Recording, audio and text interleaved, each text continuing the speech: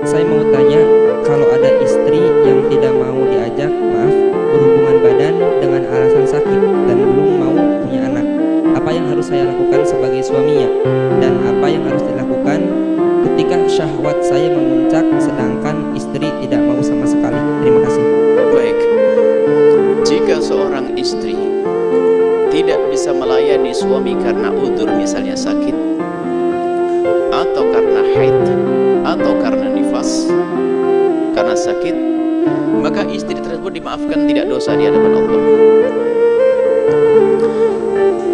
Tapi jika ada seorang istri menolak diajak berhubungan oleh seorang suami, sementara tidak ada udzur, bukan karena haid, bukan karena sakit, kok tidak mau, ingat dengar ancaman dari Nabi. Idza ta'arrajul imra'atahu, jika ada seorang laki-laki mengajak istrinya ila firashihi, ke atas ranjang, fa'abat, kok perempuan itu ogah-ogahan. Dan model wanita itu banyak ogah-ogahan. Kalau sudah suaminya mengajak macam-macam, ngangkatin nasi lama-lama, tutup pintu lama-lama, ini model perempuan tuh. Ayo, tidurin anak lama-lama, sampai suaminya stres. Alasannya, padahal suaminya sudah mulai tadi panggil-manggil, dia gak paham-paham. Bukan gak paham, memang itu penyakit perempuan. Perempuan yang kurang paham. Kalau mengerti hadis ini, lihat, fa'abat, lalu kok ogah-ogahan sang perempuan tersebut. Fabata ghadbana, kemudian sang suami tadi semalam suntuk kok ngedongkol. La'anathal malaikatu, maka terkutuk, dikutuk oleh malaikat, didoakan jelek, dikutuk oleh malaikat hatta tusbih, sampai pagi. Hadis ini bagi sebagian orang dianggap hadis merendahkan wanita. Masa gitu aja dikutuk malaikat? Anda memang bukan orang harmonis. Ini ada orang-orang yang Islam ngaco itu menganggap ini hadis merendahkan perempuan. Tapi bagi saya, bagi kami waktu membaca ini adalah hadis yang paling indah untuk perempuan.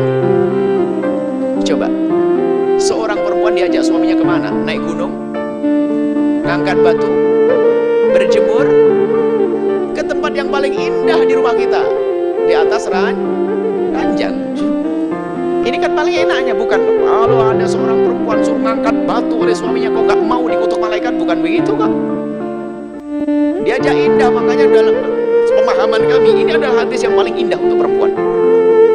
Sudah begitu ya ancam, kalau gak mau awas, suruh enak, suruh senang, kok gak mau diancam, awas ya. Enak bener itu.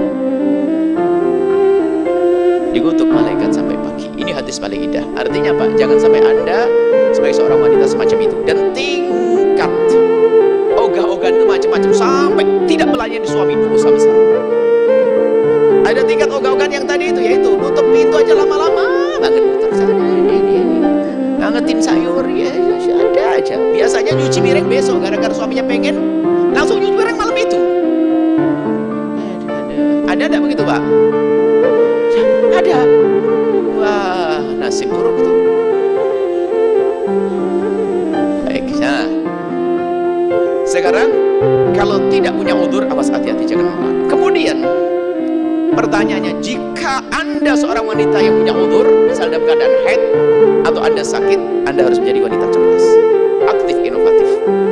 Mohon maaf, ini adalah ilmu. Kadang-kadang seorang wanita kalau sudah haid itu langsung libur, full libur, sholat tahajud libur, masakin sarapan libur.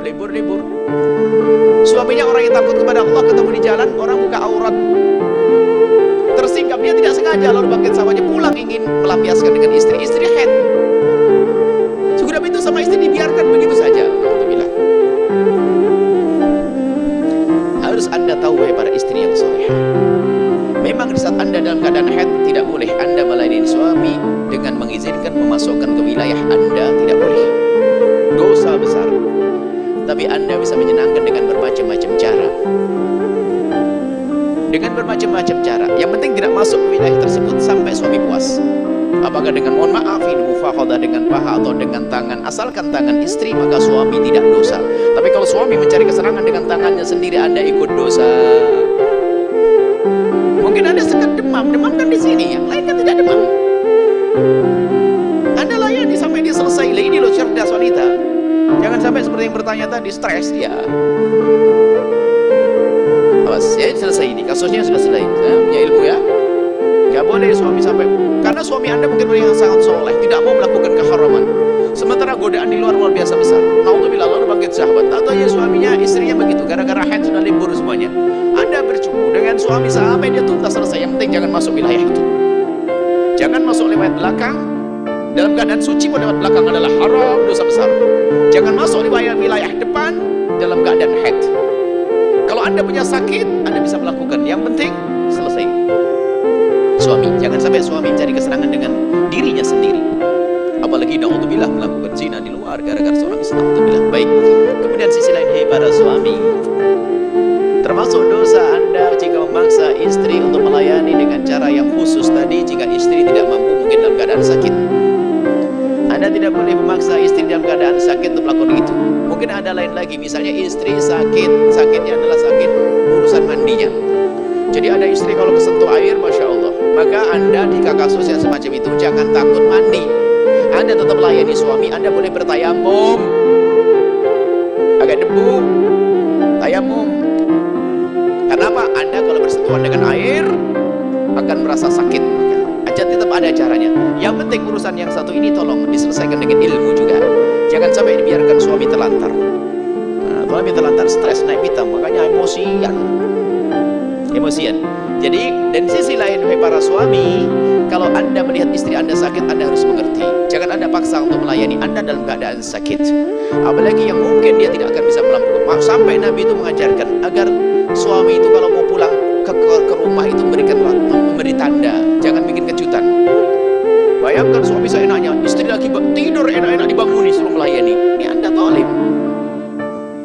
Mungkin Anda sudah kasih tahu, Ma, atau Umi, atau Neng, ya, saya mau pulang nanti jam 12. Kalau sudah ngasih jam itu berarti Anda siap-siap gitu loh. Yang paham, cerdas, suruh belanja, no cerdasnya, ini kan repot. Seperti itulah. Semoga Allah menjaga kita semuanya.